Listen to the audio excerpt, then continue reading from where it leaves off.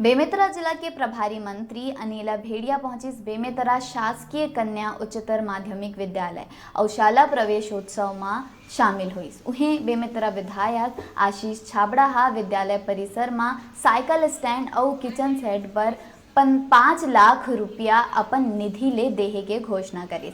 जर्जर स्कूल भवन ला देखत हुए जिला शिक्षा अधिकारी 65 लाख रुपया के एस्टीमेट बताइस। जिला मंत्री अनिला भेड़िया कार्यभार स्वीकृति दिलाए के बात कहीस।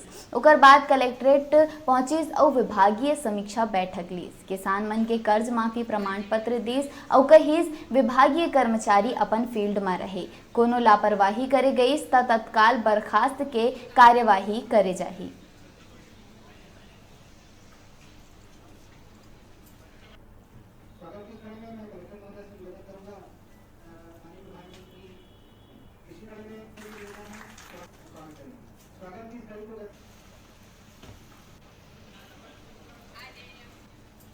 करके नई आवेदन दिया जाए और नई भर्ती करें। मैम, विभागीय पटवारी का निरस्तीकरण हो चुका है अनुत्तीर्ण के चलते, मतलब निरस्त कर दिया है। तीसरा जो है वो अभी भी पदस्थ है। कलेक्टर साहब से उसके बाद कार्रवाई।